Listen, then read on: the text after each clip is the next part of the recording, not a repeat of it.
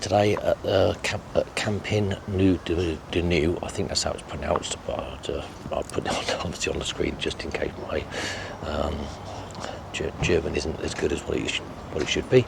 The site itself, it's not too bad. It's about a three star, I'd say, probably, if I had to give it, and so it's okay. It's relatively clean, the toilet areas and so forth. And the campsite itself, I'll just pan around so you can see these are the beaches that people are on.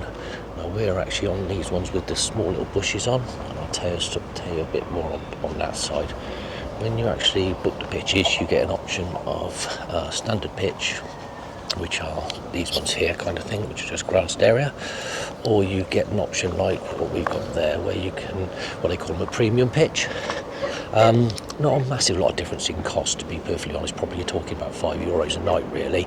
However, what you do get for it, you're actually in a bit more of a prominent, first of all, obviously you're a bit more enclosed in the bushes, so it's a little bit more, I suppose, a bit more privacy. But what it does work out is because you're actually only probably about 5-6 metres away from the actual reception, it means your Wi-Fi is absolutely really good.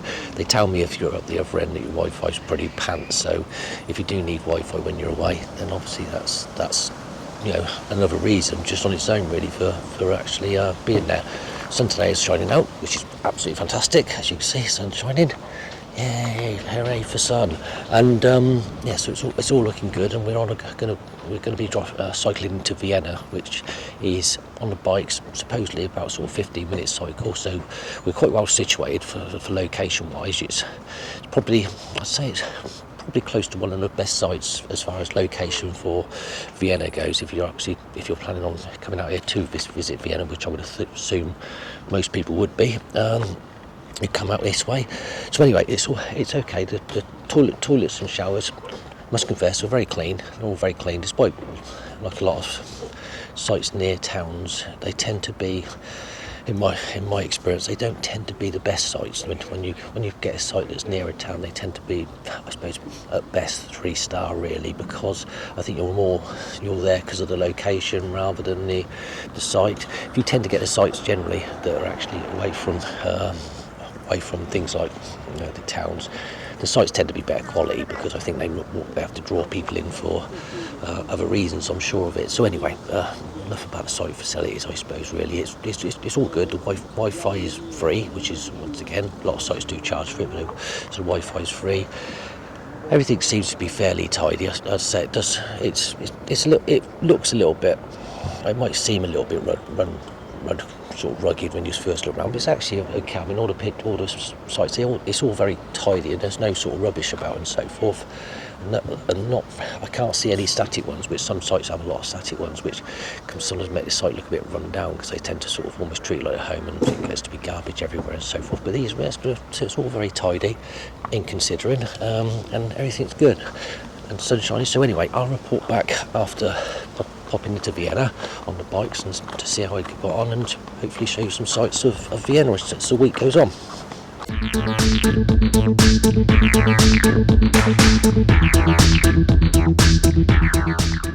Okay, we just stopped off at a place called Swiss Gardens. Not a bad little park actually. I wouldn't say it's massive, to be fair, so you probably just pick a good place for maybe a little picnic or something. Seems all very tidy, all very nice. Got little sculptures everywhere. Just pan around to show that. I put some stills on showing the sculptures as well, rather than walk you around the garden. But basically, you've got some other stuff around the other side there, and yeah, generally just tidy little place. It's about 12 kilometres from where we're staying, so it's. Well, what I did, I actually use this as the first base this morning, and I'll make my way back to the camp. There's a few other stops on the way, which obviously I'll try and get some footage on that, but in the meantime I will just pan it round just to let you see the park itself. So it's all quite tidy, and what's most important is that shiny thing in the sky, because obviously that makes all the difference. So in the meantime I will sign off and pick up.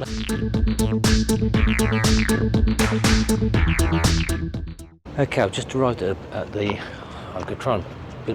Belvedere Palace and Gardens. So we'll put the thing in, because I'm not sure whether I pronounce it right. But anyway, I'm going to start panning around. Well, first thing I'm going to say, because obviously a lot of my stuff is done based on trips when you go with your dog. Unfortunately, caveat with this place is no dogs allowed. So unfortunately, you can't. We've had to do a bit of a separation move on this one. I'm going to go and look round, and then my wife's I'll go dog sit while my wife looks round. So unfortunately, it's I'm hand solo today. Anyway, so moving on. This is the grounds.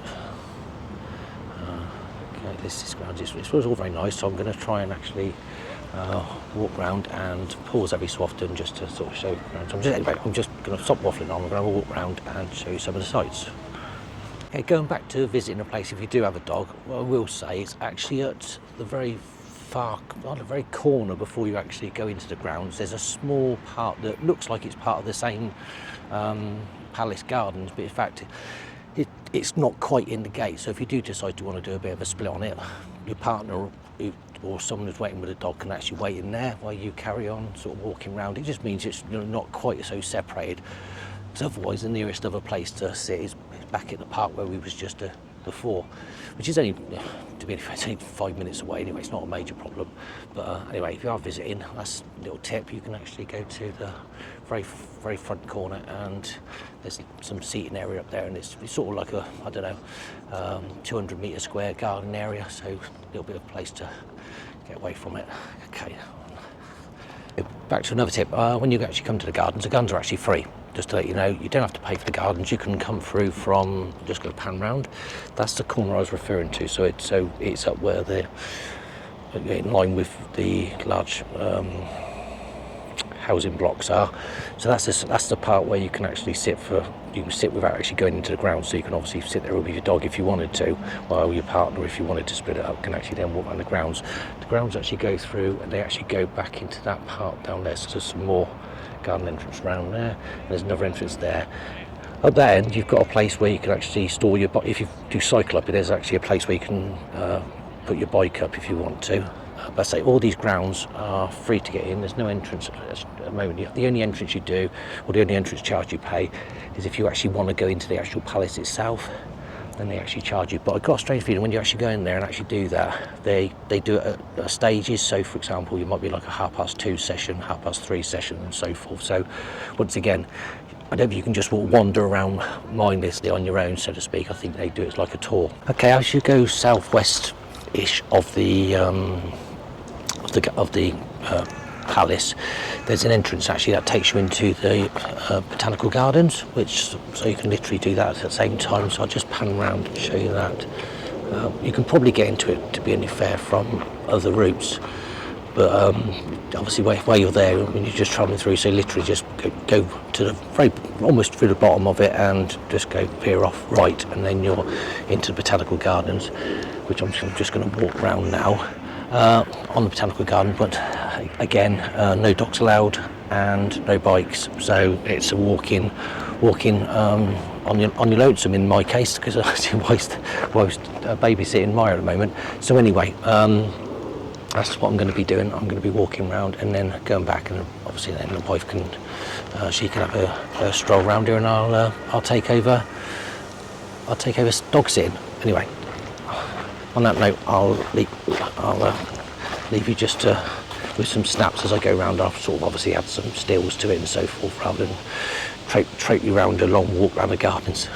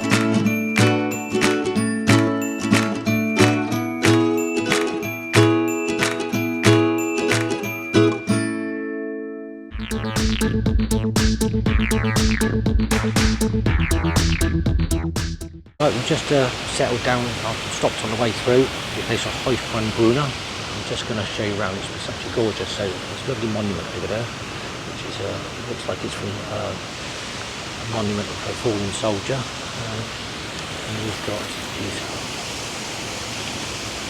waterfalls, which I'll just hand around that as well. Just look. And it's quite nice actually, because the day's actually quite warm, and you get a lovely wash from the water feature actually, to be fair. You go around and you've got so often you'll hit a spray or something, so it's quite refreshing as well actually. So I suppose if it was a hot day and planted a picnic, it'd be a great place to stop for it. Anyway, I'm just gonna go now around this part here, and it's all just beautiful actually. So this monument, I don't know whether it actually shows it in scale, but it's really tall actually. So I'll sort of put some stills on for it, but as well as the video, just in case you want to actually sort of preview those as it's going through the video. But it is, we're going to be here for a good sort of 10 or 20 minutes at least, sort of taking in the sights. We're moving on. We was actually on our way to one of the churches, but we see this on the way through, so we just pulled over to have a look. I'll put obviously whereabouts the location is of it. Looks like it's probably pretty central to the town, if I'm being honest, but I will actually put the actual address on there in case you want to sort of like stick it in your sat nav and head over there. So anyway, on that note, I will sign off and put some stills on for you to look at.